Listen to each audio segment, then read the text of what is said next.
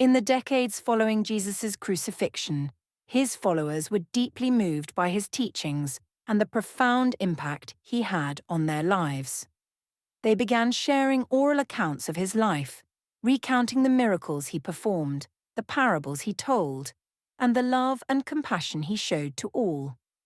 These stories were passed down from one generation to the next, becoming a vital part of the early Christian tradition, as communities gathered to hear and retell the words and deeds of Jesus Christ. As these Christian communities continued to grow, early church leaders recognized the importance of preserving these cherished stories in a more permanent form. The oral traditions, while powerful, were subject to change and interpretation over time. To ensure the accuracy and consistency of Jesus' teachings, leaders began the task of documenting these accounts, setting the stage for the creation of written texts that would serve as a foundation for Christian faith and practice. The Gospels of Matthew, Mark, Luke, and John emerged from this effort, each penned by different authors who offered unique perspectives on Jesus' ministry.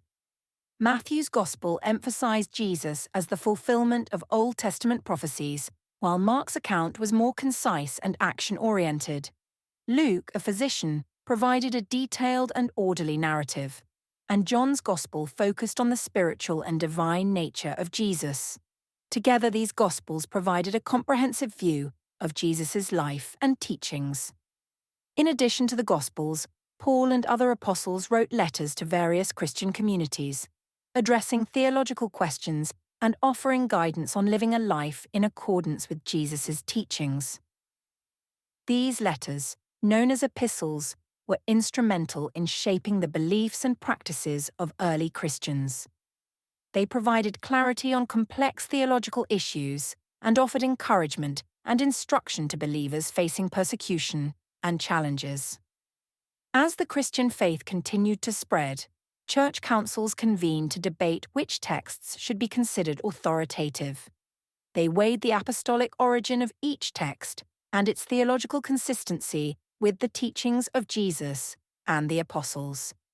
This rigorous process was crucial in determining which writings would be included in the New Testament, ensuring that the canon reflected the core beliefs of Christianity.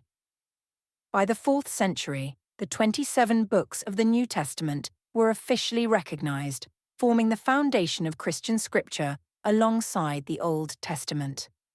This collection of texts, including the Gospels, epistles, and other writings, became the cornerstone of Christian doctrine and worship. It provided a unified and authoritative source for understanding the life and teachings of Jesus Christ, guiding the faith of millions throughout the centuries.